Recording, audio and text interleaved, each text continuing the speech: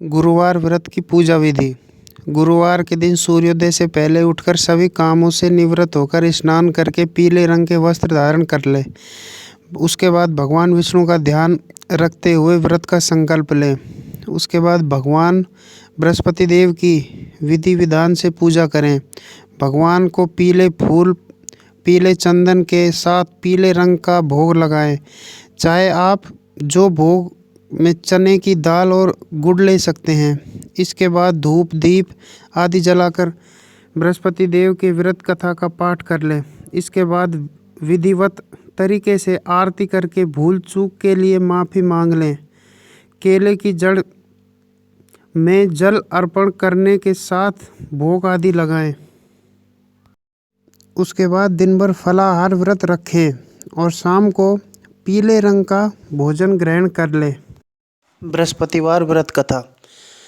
भारतवर्ष में एक प्रतापी और एक दानी राजा राज्य करता था। वह नित्य गरीबों और ब्राह्मणों की सहायता करता था। यह बात उसकी रानी को अच्छी नहीं लगती थी। वह न ही गरीबों को दान देती और न ही भगवान का पूजन करती थी, और राजा को भी दान देने से मना किया करती थी। एक दिन राजा शिकार खेलने के लिए वन को गए हुए थे, तो रानी महल में अकेली थी। और उसी समय बृहस्पति देव भगवान साधु वेश में राजा के महल में भिक्षा के लिए गए और भिक्षा मांगी।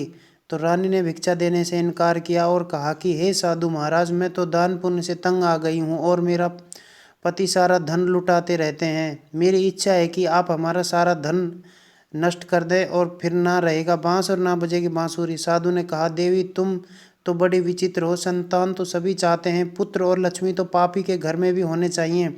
यदि तुम्हारे पास अधिक धन है तो भूखों को भोजन दो, प्यासों के लिए प्याऊ बनवाओ, मुसाफिरों के लिए धर्मशालाएं खुलवाओ। जो निर्धन अपनी कन्याओं का विवाह नहीं कर सकते उनका विवाह करा दो। ऐसे कई और काम हैं जिनके करने से तुम्हारा यश लोक और परलोक में फैलेगा। परंतु रानी पर उपदेश का कोई प्रभाव न पड़ सका। वह बोली, महाराज आप मुझे कुछ ना समझाइए, मैं ऐसा धन नहीं चाहती जो हर जगह बांटती फिरूं। साधु ने उत्तर दिया, यदि तुम्हारी ऐसी इच्छा है तो तथास्तु। तुम ऐसा करना कि बृहस्पतिवार को घर लीपकर पीली मिट्टी से अपना सिर धोकर स्नान करना, भट्टी चढ़ाकर कपड़े धोना। ऐसा करने से आपका सारा धन नष्ट हो जाएगा। इतना कहकर वह साधु वहाँ से आलोप हो गए। साधु के अनुसार कई बातों को पूरा करते हुए रानी ने केवल 3 बृहस्पतिवार ही बीते थे कि उनका समस्त धन संपत्ति नष्ट हो गई। भोजन के लिए राजा का परिवार तरसने लगा। तब एक दिन राजा ने रानी से बोला कि हे रानी, तुम यही रहो, मैं दूसरे देश जाता हूँ, क्योंकि यहाँ पर सभी लोग मुझे जानते हैं, इसलिए मैं छोटा सा भी कार्य नहीं कर सकता। ऐसा कहकर राजा परदेश चला गया। वहाँ वह जंगल से लकड़ी काट कर लाता और शहर में बेचता। इस तरह वह अपना जीवन व्यतीत करने लगा। इधर राजा के परदेश जाते ही रानी और दासी बहुत दुखी रहने लगी। एक बार जब रानी और दासी को 7 दिन तक बिना भोजन के रहना पड़ा, तो रानी ने अपनी दासी से कहा, हे दासी, पास के ही नगर में मेरी बहन रहती है। वह बड़ी ही धनवान है। तू उसके पास जा और कुछ ले आ, ताकि थोड़े दिन बहुत गुजर बसर हो जाए। दासी रानी की बहन के पास गई। उस दिन गुरुवार था। रानी की बहन उस समय बृहस्पतिवार व्रत की कथा सुन रही थी। दासी ने रानी की बहन को अपनी रानी का संदेश दिया, लेकिन रानी की बड़ी बहन ने कोई उत्तर नहीं दिया।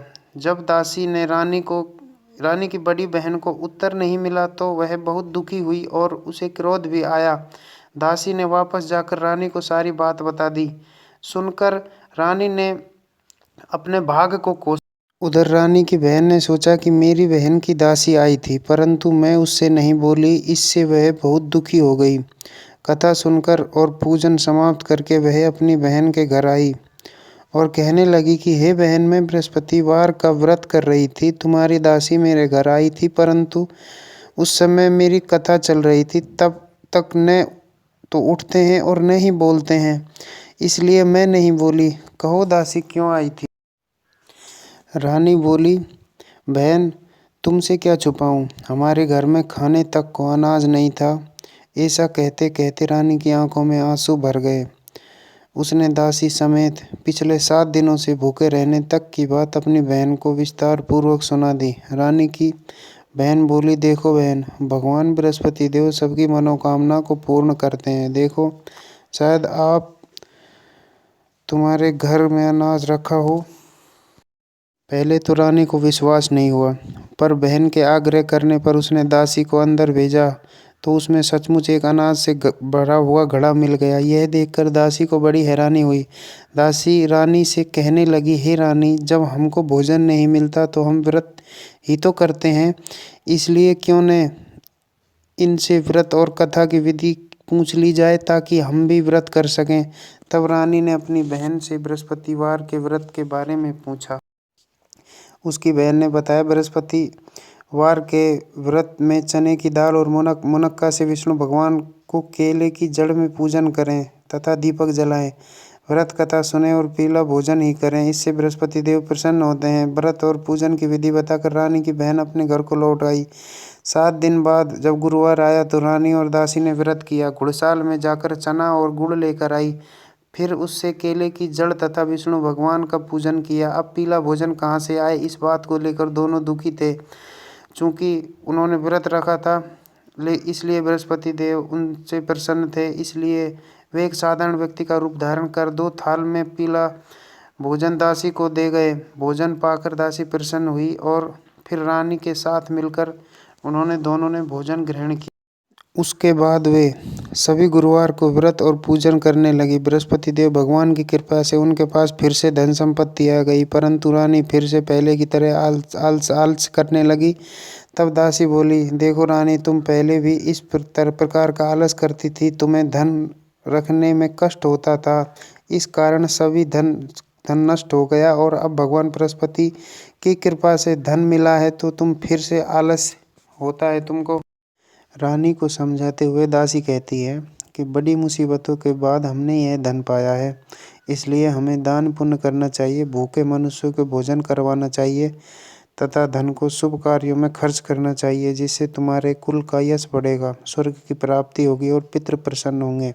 दासी की बात मानकर रानी अपना धन शुभ कार्यों में खर्च करने लगी, जिससे पूरे नगर में उनका यश फैलने लगा। बृहस्पतिवार व्रत कथा के बाद श्रद्धा के साथ आरती की जानी चाहिए, इसके बाद प्रसाद बांटकर उसे ग्रहण करना चाहिए। एक दिन राजा दुखी होकर जंगल में एक पेड़ के नीचे आसन जमाकर बैठ गया। वह अपनी दशा को याद करके व्याकुल होने लगा। बृहस्पतिवार का दिन था। एकाएक उसने देखा कि निर्जन वन में एक साधु प्रकट हुए। वह साधु के वेश में स्वयं बृहस्पति देवता थे। लक्कड़हरे के सामने आकर बोले, हे लक्कड़हरे, इस सुनसान जंगल में तू चिंता में मगन क्यों बैठा है? लक्कड़हरे ने दोनों हाथ जोड़कर प्रणाम किया और उत्तर दिया, महात्मा जी, आप सब कुछ जानते हैं, मैं क्या कहूँ। यह कहकर रोने लगा और साधु को अपनी आत्मकथा सुनाई। महात्मा जी ने कहा, तुम्हारी स्त्री ने बृहस्पति के दिन बृहस्पति भगवान का निरादर किया है, जिसके कारण रुष्ट होकर उन्होंने तुम्हारी यह दशा कर दी। अब तुम चिंता को दूर करके मेरे कहने पर चलो तो तुम्हारे सब कष्ट दूर हो जाएंगे और भगवान पहले से अधिक संपत्ति देंगे। तुम बृहस्पति के दिन कथा किया करो, 2 पैसे के चने मुनक्का लाकर उनका प्रसाद बनाओ और शुद्ध जल से लोटे में शक्कर मिलाकर अमृत तैयार करो। कथा के पश्चात सारे परिवार और सुनने वाले प्रेमियों में अमृत व प्रसाद बांटकर आप भी ग्रहण करो। ऐसा करने से भगवान तुम्हारी सब मनोकामनाएं पूरी करेंगे। इतना कहकर साधु अंतर ध्यान हो गए। धीरे धीरे समय व्यतीत होने पर फिर वही बृहस्पतिवार का दिन आया। लक्कड़हारा जंगल से लकड़ी काटकर किसी भी शहर में बेचने गया। उसे उस दिन से अधिक धन और पैसा मिला। राजा ने चना गुड़ आदि लाकर गुरुवार का व्रत किया। उस दिन से उसके सभी कलेश दूर हुए, परंतु जब दोबारा गुरुवार का दिन आया तो बृहस्पतिवार का व्रत करना भूल गया। इस कारण बृहस्पति देव भगवान नाराज हो गए।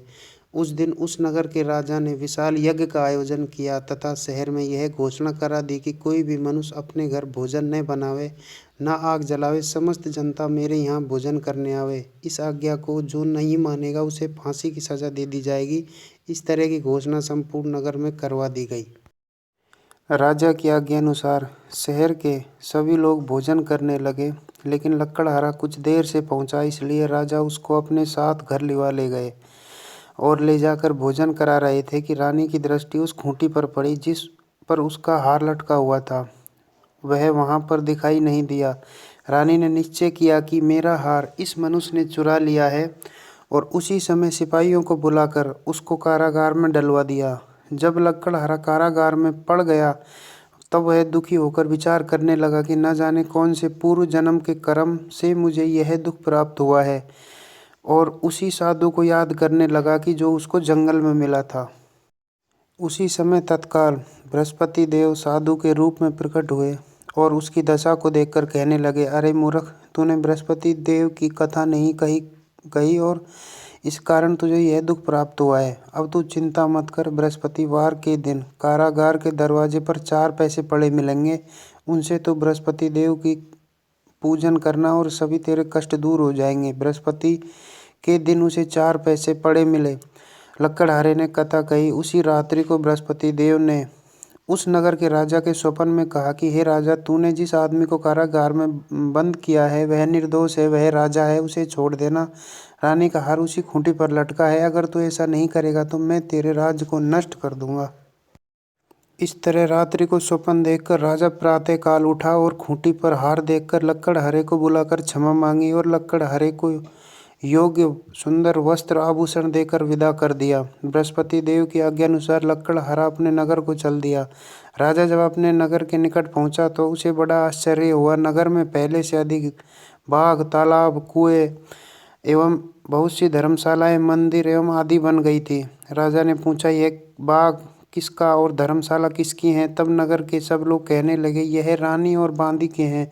तो राजा को आश्चर्य हुआ और बहुत गुस्सा भी आया। जब रानी ने यह खबर सुनी कि राजा आ रहे हैं तो उन्होंने बांदी से कहा कि हे दासी, देख राजा हमको कितनी बुरी हालत में छोड़ गए थे, हमारी ऐसी हालत देखकर वह लौट न जाए, इसलिए तू दरवाजे के सामने खड़ी हो जा। आज्ञा अनुसार दासी दरवाजे पर खड़ी हुई। राजा आए तो उन्हें अपने साथ लिवा लाई। तब राजा ने क्रोध करके अपनी रानी से पूछा कि यह धन तुम्हें कैसे प्राप्त हुआ है? तब उसने कहा कि हमें यह सब धन बृहस्पति देव के इस व्रत के प्रभाव से प्राप्त हुआ है। राजा ने निश्चय किया कि 7 रोज बाद वो सभी बृहस्पति देव का पूजन करते हैं, परंतु मैं प्रतिदिन दिन में 3 बार कहानी और रोज व्रत किया करूँगा। अब हर समय राजा के दुपट्टे में चने की दाल बंधी रहती और दिन में 3 बार कहानी कहता। एक रोज राजा के मन में विचार आया कि चलो अपनी बहन के यहाँ हो आवें। इस तरह निश्चय कर राजा घोड़े पर सवार हो अपनी बहन के यहाँ को चलने लगा। मार्ग में देखा कि कुछ आदमी एक मुर्दे को लिए जा रहे हैं। उन्हें रोककर राजा कहने लगा, अरे भाइयों, मेरी बृहस्पति देव की कथा सुन लो। वे बोले, लो, हमारा तो आदमी मर गया है, इसको अपनी कथा की पड़ी है। परंतु कुछ आदमी बोले, अच्छा कहो, हम तुम्हारी कथा भी सुनेंगे। राजा ने दाल निकाली और तब कथा आदि हुई थी कि मुर्दा हिलने लग गया। तब कथा समाप्त हो गई तो वह राम राम करके मनुष्य खड़ा हो गया। आगे मार्ग में उसे किसान खेत में हल चलाता मिला। राजा ने उसे देख और उससे बोला, अरे भैया, तुम मेरी बृहस्पतिवार की कथा सुन लो। किसान बोला, जब मैं तेरी कथा सुनूंगा तब तक 4 हरैया जोत लूँगा, जा अपनी कथा किसी और को सुनाना। इस समय राजा आगे चलने लगा। राजा के हटते ही बैल पछाड़ खाकर गिर गए और किसान के पेट में बड़ी जोर से दर्द होने लगा। उस समय उसकी माँ रोटी लेकर आई। उसने जब यह देखा तो उसने पुत्र से सब हाल पूछा तो बेटे ने सभी हाल कह दिया।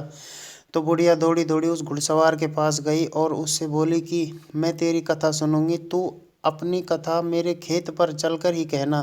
राजा ने बुढ़िया के खेत पर जाकर कथा कही, जिसके सुनते ही बैल उठकर खड़े हुए और किसान के पेट में भी दर्द बंद हो गया। राजा अपनी बहन के घर पहुंचा। बहन ने भाई की खूब मेहमानी की। दूसरे दिन रोज प्रातः काल राजा जगा तो राजा देखने लगा कि सब लोग भोजन कर रहे हैं। राजा ने अपनी बहन से कहा, ऐसा कोई मनुष्य है जिसने भोजन नहीं किया हो, मेरी बृहस्पतिवार की कथा सुन ले। बहन बोली, हे भैया, यह देश ही ऐसा है कि पहले यहाँ लोग भोजन करते हैं, बाद में अन्य कार्य करते हैं। अगर कोई पड़ोस में हो तो मैं देख आऊँ। वह ऐसा कहकर देखने चली गई, परंतु उसे ऐसा कोई व्यक्ति नहीं मिला जिसने भोजन न किया हो। अतः वह एक कुमार के घर गई जिसका लड़का बहुत बीमार था। उसे मालूम था कि उनके यहाँ पे 3 रोज से किसी ने भोजन नहीं किया है। रानी ने अपने भाई की कथा सुनने के लिए कुम्हार से कहा और वह तैयार हो गया। राजा ने जाकर बृहस्पतिवार की कथा कही, जिसको सुनकर उसका लड़का ठीक हो गया। अब तो राजा की प्रशंसा होने लगी। एक रोज राजा ने बहन से कहा कि हे बहन, हम अपने घर को जाएंगे, तुम भी तैयार हो जाओ। राजा की बहन ने अपनी सास से कहा। सास ने कहा, हाँ चली जा, परंतु अपने लड़कों को मत ले जाना, क्योंकि तेरे भाई को कोई औलाद नहीं है। बहन ने भैया से कहा, हे भैया, मैं तो चलूँगी पर कोई बालक नहीं जाएगा। राजा बोला, जब कोई बालक नहीं चलेगा तब तुम ही क्या करोगी। बड़े दुखी मन से राजा अपने नगर को लौट आया। राजा ने अपनी रानी से कहा, हम निर्वंशी हैं, हमारा मुंह देखने का धर्म नहीं है और कुछ भोजन आदि नहीं किया। रानी बोली, हे प्रभु, बृहस्पति देव ने हमें सब कुछ दिया है, वह हमें औलाद अवश्य देंगे।